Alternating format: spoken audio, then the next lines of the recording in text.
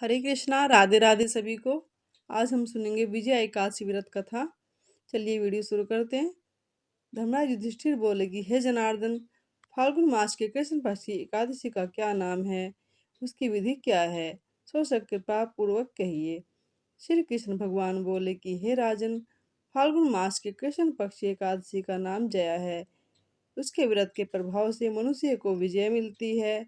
इस विजय एकादशी के महात्म्य के श्रवण व पठन से समस्त पाप नष्ट हो जाते हैं। एक समय देवर्षि नारद ने जगत पिता ब्रह्मा जी से पूछा कि हे ब्रह्मा जी, आप मुझे फाल्गुन मास के कृष्ण पक्ष की विजय नामक एकादशी का व्रत विधि विधान बताइए। ब्रह्मा जी बोले कि हे नारद, विजय एकादशी का व्रत जो प्राचीन तथा इस विजय एकादशी की विधि आज तक किसी ने नहीं कही है। यह समस्त मनुष्यों को विजय प्रदान करती है। त्रेता युग में मर्यादा पुरुषोत्तम श्री रामचंद्र को जब 14 वर्ष के लिए वनवास हो गया, तब वह श्री लक्ष्मण जी तथा माता जानकी सहित पंचवटी पर निवास करने लगे। उस जगह महापापी रावण ने श्री सीता का हरण किया। इस दुखद समाचार से श्री राम जी तथा लक्ष्मण जी अत्यंत व्याकुल हो गए और सीता जी की खोज में चल दिए। घूमते घूमते वे मरणासन जटायु के पास जा पहुंचे। जटायु भी अपनी समस्त कथा सुनाकर स्वर्गलोक को चला गया। कुछ आगे चलकर उनकी सुग्रीव से मित्रता हो गई और बाली का वध किया। श्री हनुमान जी ने लंका में सीता जी का पता लगाया और सीता जी से रामचंद्र जी तथा सुग्रीव की मित्रता का वर्णन किया। वहां से लौटकर हनुमान जी श्री रामचंद्र जी के पास आए और सब समाचार कहे।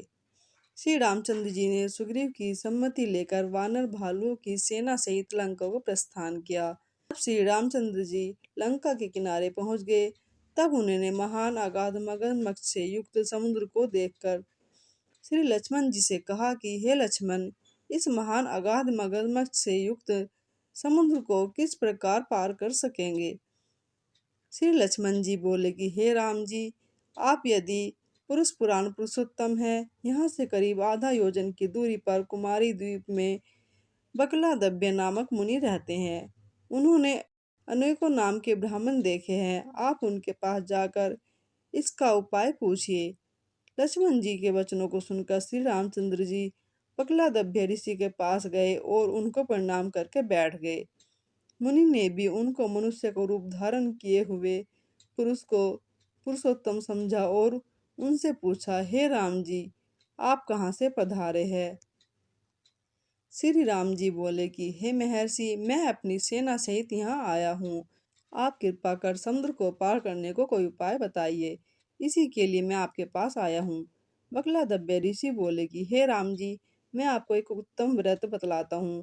फाल्गुन मास के कृष्ण पक्ष की विजय एकादशी का व्रत करने से तुम समुद्र के अवश्य ही पार हो जाओगे और तुम्हारी विजय होगी।